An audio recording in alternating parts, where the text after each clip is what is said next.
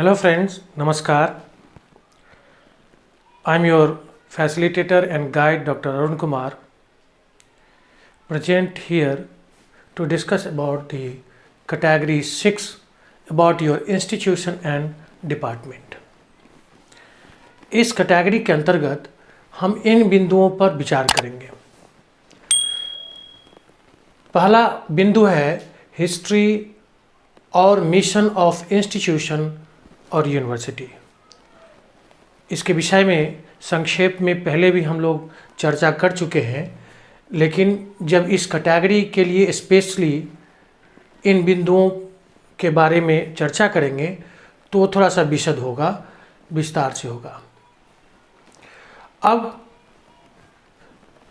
इन्हीं बिंदुओं से संबंधित कई सवाल आपसे पूछे जा सकते हैं कि ठीक है, आप जिस इंस्टीट्यूशन से जुड़े हैं, आप हो सकता है कोई सेंट्रल यूनिवर्सिटी से स्टूडेंट रहा हो या दिल्ली यूनिवर्सिटी के स्टूडेंट हैं, किसी हंसराज कॉलेज के स्टूडेंट हैं, पटना यूनिवर्सिटी के स्टूडेंट हैं, चाणक्य के स्टूडेंट हैं, या कोशी प्रमंडल में स्थित BNMU मधेपुरा यूनिवर्सिटी के स्टूडेंट हैं।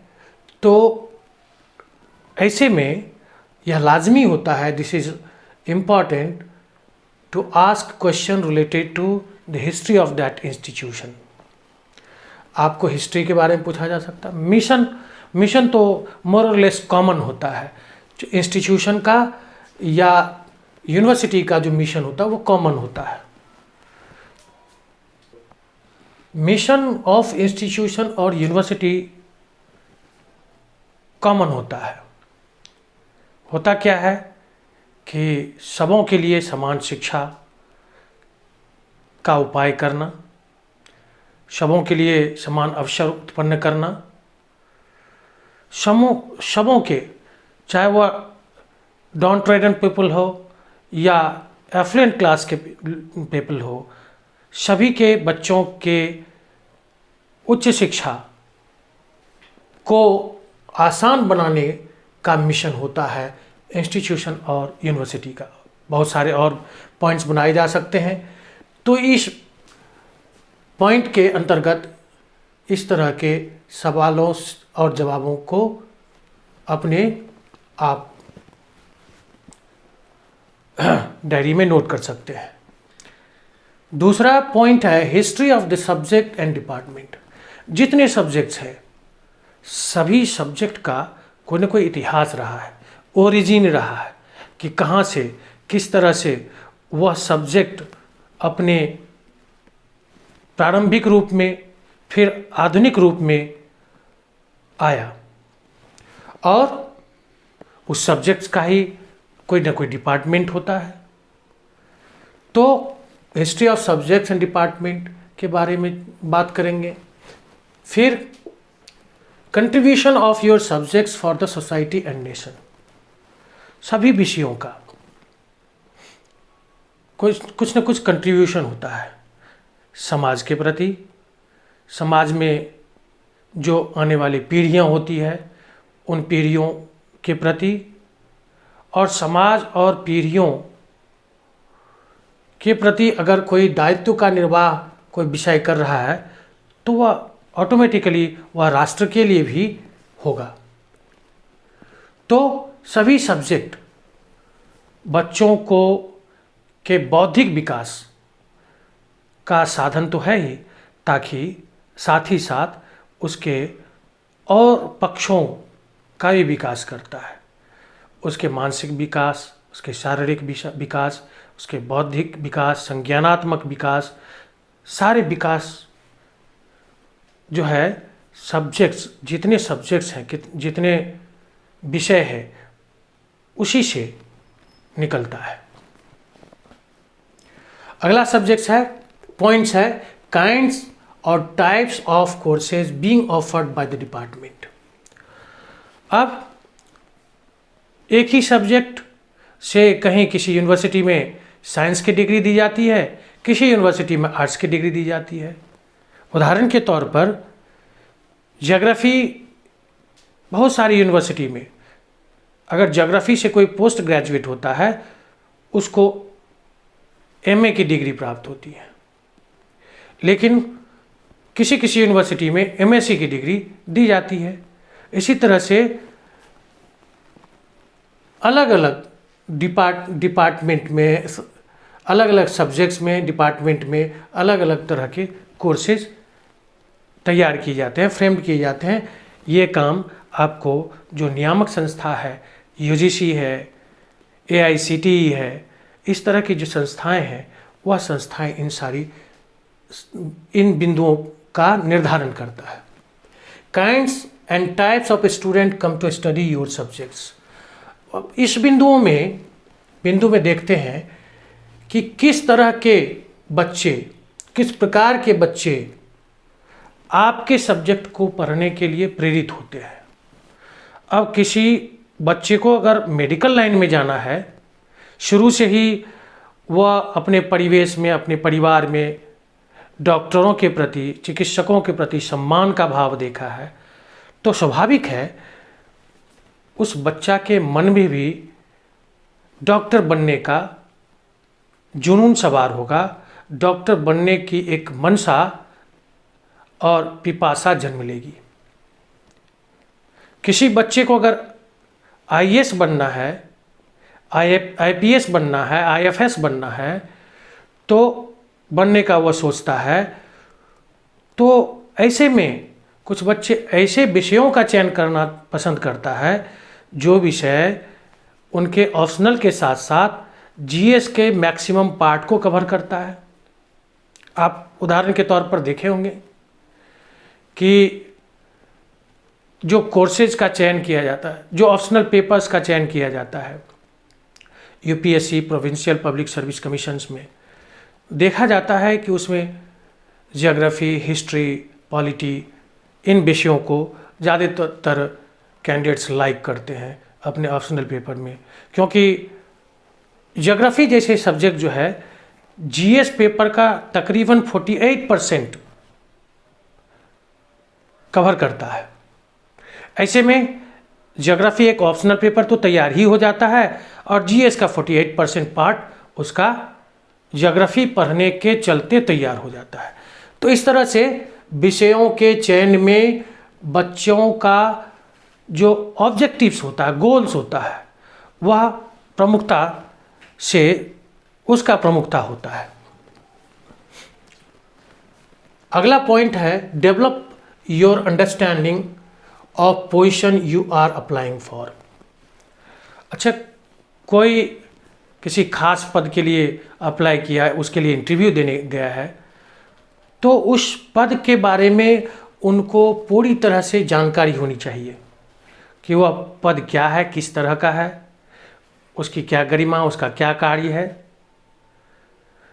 उसके क्या कार्य क्षेत्र है, इसके बारे में पता होना चाहिए। क्योंकि अगर उसके बारे में पता नहीं होगा तो बहुत सारे ऐसे सवालात से रूबरू होना पड़ेगा जिसका जवाब देने में वह निरुत्तर अपने आप को महसूस करेगा। अब मैं सेक्शन बी के कैटेगरी 7 के अंतर्गत about your personal and career choices के बारे में बात करूँगा, जिसमें बहुत तरह के प्रश्नावली तैयार हो सकते हैं, बहुत तरह के क्वेश्चनायर्स हो सकते हैं, असीमित सवाल हो सकते हैं, लेकिन कुछ जो कॉमन सवाल हैं, कॉमन क्वेश्चंस हैं, जेनरिक क्वेश्चंस हैं, उसको मैंने छान कर इकट्ठा किया है अपने अनुभवों के आधार पर, कई पुस्तकों का अध्ययन कर, कई इंटरव्यू लेक्चर्स को सुनकर, कई मॉक इंटरव्यू को देखकर, अपने दोस्तों से, अपने बुजुर्गों से, अपने जो सीनियर्स हैं उससे, और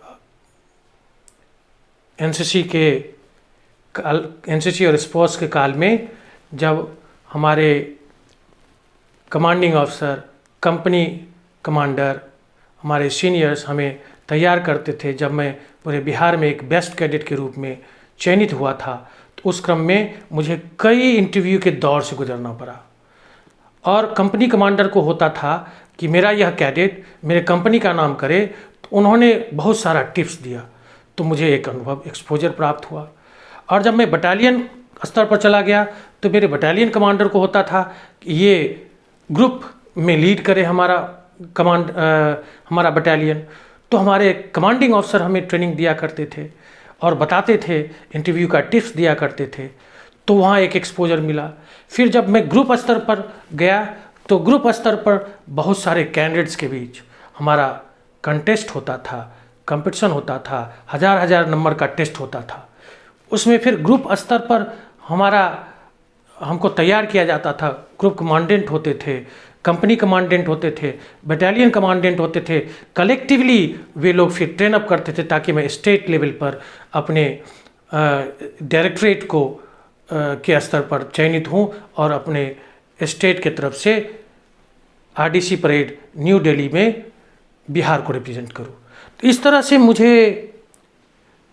इंटरव्यू के बारे में बहुत एक्सपोजर मिला, बहुत कुछ सीखने को मिला। एनसीसी के काल में, स्पोर्ट्स काल में बहुत कुछ एटीट्यूडनल बदलाव हमारे अंदर आया। क्लास 10th के बाद जब मैं गांव से शहर आया तो मुझे बहुत कुछ अपने आचरण में, अपने व्यवहार में, अपने संस्कार में, अपने सीख में परिमार्जन का करने का मौका मिला। इस तरह से मैं अपने आप को इस स्थिति में पाता हूँ कि मैं इन विषयों को लेकर आपके बीच डिस्कस कर सकूँ। देखते हैं category 7 about your personal and career choice में क्या कौन कौन सी बातें हैं और उसको किस तरह से हम डील करते हैं। पहला पॉइंट है, what are your weaknesses and strength. Weaknesses बहुत हो सकते हैं। अगर स्ट्रेंथ बहुत ज़्यादा जो हमारे अंदर स्ट्रेंथ है, जैसे हम कहते हैं कि हम ऑनेस्ट हैं, लेकिन बहुत ज़्यादा ऑनेस्टी फ्लेक्सिबिलिटी को ख़त्म कर देता है।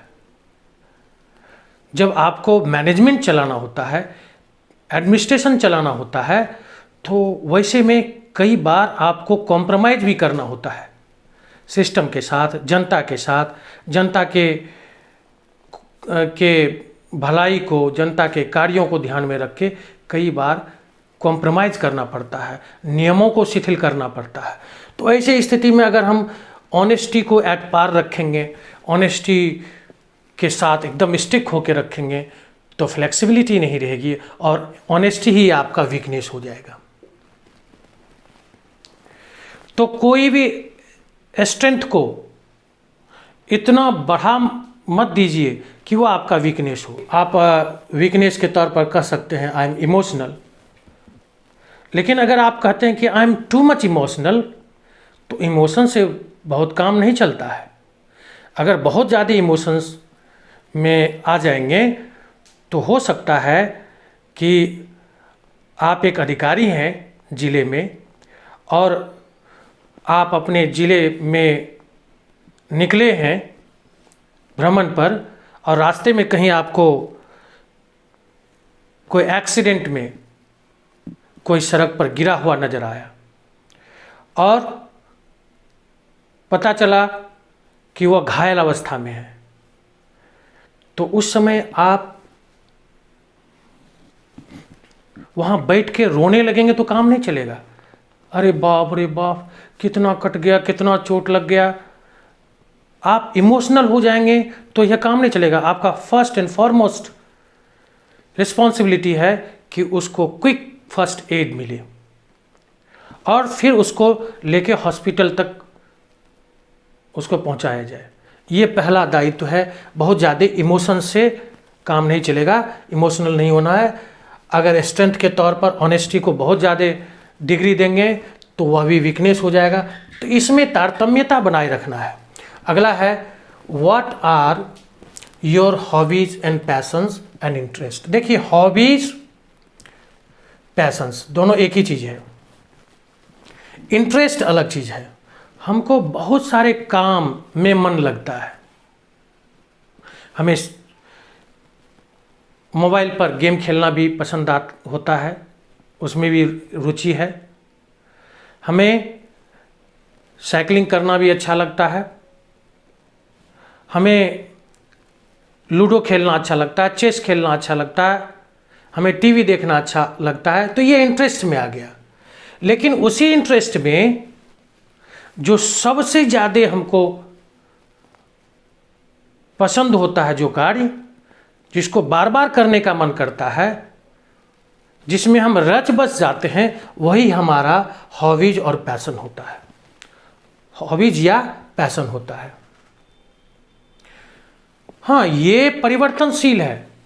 जैसे कोई अगर 10th क्लास का बच्चा, 9th क्लास का बच्चा, 6th क्लास का बच्चा ये कहे हॉबीज के अंदर कि stamp collection is my hobby, coin collection is my hobby, वो ठीक है, वो हॉबी हो सकता है उसका, वह बजाते उसका एल्बम बनाता है। लेकिन अगर कोई एक्सपीरियंस असिस्टेंट प्रोफेसर के लिए है, यूपीएससी और प्रोविंशियल पब्लिक सर्विस कमीशन के लिए एक्सपीरियंस है, वो कह दे स्टैम्प कलेक्शन, तो यह ठीक नहीं बैठता है, वह बचकानी होता है। तो बचकानी हॉबीज़ व सयानी हॉबीज़ में परिवर्तन नहीं होता है, वह पीछे छूट जाता है। जब बड़ा होता है तो किसको कोई और हॉबी डेवलप करता है। जैसे जब 30+ होता है, 40+ हो जाता है आदमी इंसान, तो उस समय योगा और एक्सरसाइज पर ज़्यादा ध्यान देता है, साइकिलिंग पर ध्यान मतलब सेहत पर ज़्यादा ध्यान देता है, उसी को वो हॉबी बना लेता है, साइकिलिंग को हॉबी बना लेता है। और जब शारीरिक रूप से तंदुरुस्त रहता है तो उसका माइंड भी शांत होता है। तो हॉबीज वह साइकिलिंग हो सकता है, प्रौढ़ावस्था के लिए, लेकिन बाल्यावस्था के लिए कुछ और था जिसका मैंने जिक्र किया। तो ये हॉबीज और पैशन बदल सकता है, उम्र के साथ बदल सकता है। इंटरेस्ट कुछ रह सकता है, कुछ और बढ़ सकता है, उसका लिस्ट आपका बड़ा हो सकता है, ये बात है। उसके बाद तीसरे बिंदु में हम चर्चा करेंगे व्हाई आर यू हियर और अप्लाइंग फॉर दिस जॉब। आप इस जॉब के लिए क्यों अप्लाई किए हैं, क्यों आप यहाँ आए हैं। हो सकता है कि आप पहले से किसी जॉब में हो, तो आपको तर्कपूर्ण और सहज जवाब देना है। क्या जवाब देना है यह आपका विषय है, आप सोचेंगे। आगे देखते हैं what is your position with details of company. अब आप पहले से किसी जॉब में हैं तो वहाँ आपसे पूछा जा सकता है कि आप किस पोजीशन पर काम करते हैं और कौन सी कंपनी है। ये भी जवाब आपका है, आप दे देंगे, इसमें कोई बड़ी बात नहीं है। आगे देखते हैं, अगला सवाल है what were the major responsibilities you hold till date and what were the special impact and any change brought by you and also mention if any awards and trophy you received for that. अब हो सकता है कि आप किसी संस्था में हैं, बॉस के हैसियत में हैं, तो बॉस के हैसियत में आप या कहीं किसी विद्यालय में हेडमास्टर हो सकते हैं, प्रिंसिपल हो सकते हैं। तो उस हैसियत से आपने अपने विद्यालय के लिए क्या क्या किया, क्या ऐसी उपलब्धि रही, कहीं आपको अपने उस उपलब्धि के लिए सर्टिफिकेट और अवार्ड्स या ट्रॉफी तो नहीं मिला। अगर मिला तो उसका जिक्र कीजिए।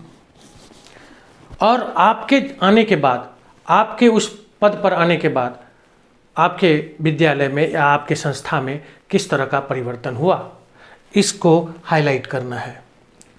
अगला सवाल है why did you like to do research. ये इससे पहले वाले जो कैटेगरी 5th था उसमें डिस्कस कर चुके हैं। एक आध सवाल रह गया था जिसको मैं इसी में टैग कर दिया हूँ। Why did you like to do research? Research करना आप क्यों पसंद करते हैं? तो उसका भी जवाब जेनरिक है, बहुत सारे जवाब दिए जा सकते हैं, अपना अपना पर्सनल रिप्लाई हो सकता है। आप सोचें और फिर भी अगर लगे कि इसका क्या जवाब हो तो मेरे कमेंट सेक्शन में लिखें, मैं उसका जवाब आपको बताऊंगा। Why this college university preferred by you? अब इसका जवाब भी आप पर डिपेंड करता है। हो सकता है कि आपके नेटिव प्लेस में वो कॉलेज और यूनिवर्सिटी है, तो हर कोई चाहता है अपने घर के नज़दीक का कॉलेज यूनिवर्सिटी में पढ़े, जहां हमको जो है बैचलर लाइफ न रहने के लिए विवश होना पड़े, जबकि बल्कि अपने फैमिली से अटैच होकर मैं फैमिली के साथ अपना पढ़ाई लिखाई जारी रख सकूं। और कई कारण हो सकते हैं। अगर आप घर से दूर पढ़ रहे हैं तो हो सकता है कुछ खास उद्देश्य के साथ वहाँ गए हों, या हो सकता है आपका मामा चाचा कोई वहाँ एम्प्लॉयड हो और आपके परिवार को लगे कि उसके संरक्षण में वह बच्चा अच्छा कर सकता है या वह लड़का अच्छा कर सकता है या आप अच्छा कर सकते हैं, तो आप गए हों, ये भी बात हो सकता है। और अगला पॉइंट है why this city town preferred by you? जिस कॉलेज और यूनिवर्सिटी में आप गए वहाँ जो शहर है या नगर है, उस शहर या नगर को आपने क्यों प्रीफर किया? कोई और शहर और नगर क्यों नहीं? जो शहर या नगर आपके घर से नज़दीक है उसको क्यों नहीं, अगर दूर हैं तो इस तरह से सवालात आ सकते हैं और आपको कई ऐसे सवाल होंगे जिसका सामान्य जवाब है, उसमें बहुत ज़्यादा बनावटीपन नहीं लाना है, तो आप आसानी से इन सवालों का जवाब दे पाएंगे।